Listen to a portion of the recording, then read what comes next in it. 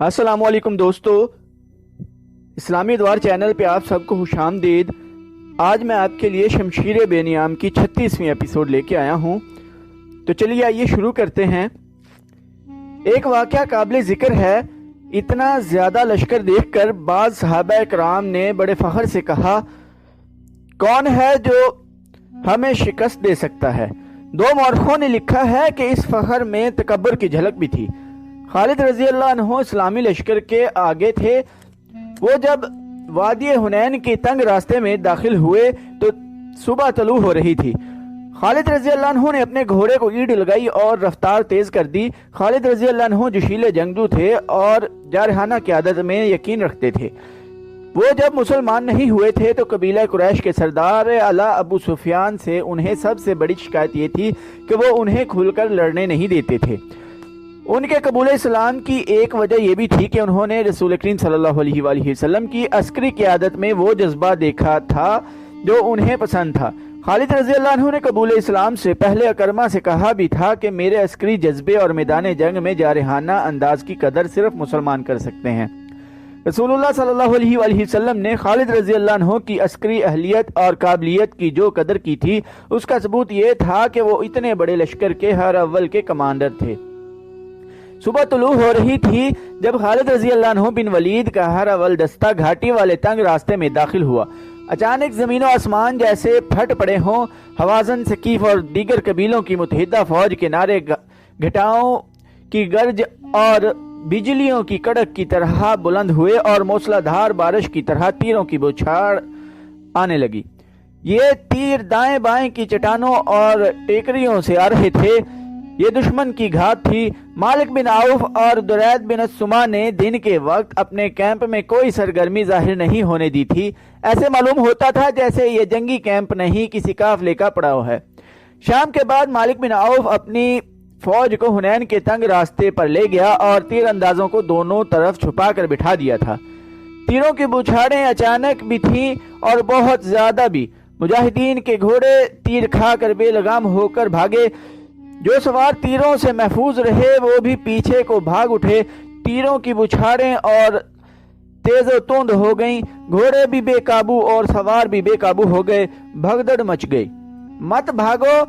خالد رضی اللہ عنہ بن ولید تیروں کی بوچھاڑوں میں کھڑے چلا رہے تھے، پیٹھ نہ دکھاؤ، مقابلہ کرو ہم دشمن کو۔ گھوڑوں اور سواروں کی بھگدڑ ایسی تھی کہ خالد رضی اللہ عنہ بن ولید کی پکار کسی کے کانوں تک پہنچتی ہی نہیں تھی۔ کوئی یہ دیکھنے کے لیے بھی نہیں رکتا تھا کہ خالد رضی اللہ عنہ کے جسم میں کتنے تیر اتر گئے ہیں، اور وہ پیچھے ہٹنے کی بجائے وہیں کھڑے اپنے دستے کو مقابلے کے لیے للکار رہے تھے۔ وہ آخر بھگدڑ کے ریلے کی زد میں آ گئے اور ان کے دھکوں سے یوں دور پیچھے آ گئے جیسے سیلاب میں بہہ گئے ہوں۔ جب بھگدڑ کا ریلا گزر گیا تو خالد رضی اللہ عنہ اتنے زخمی ہو چکے تھے کہ گھوڑے سے گر پڑے اور بے ہوش ہو گئے۔ ہر اول کے پیچھے اسلامی فوج آ رہی تھی۔ اس کے رضاکاروں کا بے قاعدہ لشکر بھی تھا۔ ہر اول کا دستہ بھاگتا دوڑتا پیچھے کو آیا تو فوج میں بھی بھگدڑ مچ گئی۔ ہر اول کے بہت سے آدمیوں کے جسموں میں تیر پیوست تھے اور ان کے کپڑے خون سے لال تھے۔ گھوڑوں کو بھی تیر لگے ہوئے تھے۔ مالک بن عوف کی فوج کے نعرے جو پہلے سے زیادہ بلند ہو گئے تھے سنائی دے رہے تھے۔ یہ حال دیکھ کر اسلامی فوج بکھر کر پیچھے کو بھاگی۔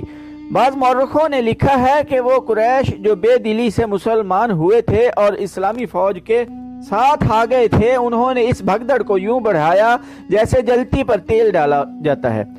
وہ نہ صرف بھاگے بلکہ انہوں نے خوف و ہراس پھیلایا۔ انہیں ایک خوشی تو یہ تھی کہ لڑائی سے بچے، اور دوسری خوشی یہ کہ مسلمان بھاگ نکلے ہیں اور انہیں شکست ہوئی ہے۔ مسلمانوں کی کچھ نفری وہیں جا پہنچی جہاں سے چلی تھی۔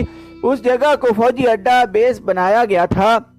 زیادہ تعداد ان مسلمانوں کی تھی جنہوں نے پیچھے ہٹ کر ایسی جگہوں میں پناہ لے لی جہاں چھپا جا سکتا تھا، لیکن وہ چھپنے کے لیے بلکہ چھپ کر یہ دیکھنے کے لیے وہاں رکے تھے کہ ہوا کیا ہے اور وہ دشمن کہاں ہے جس سے ڈر کر پوری فوج بھاگ اٹھی ہے۔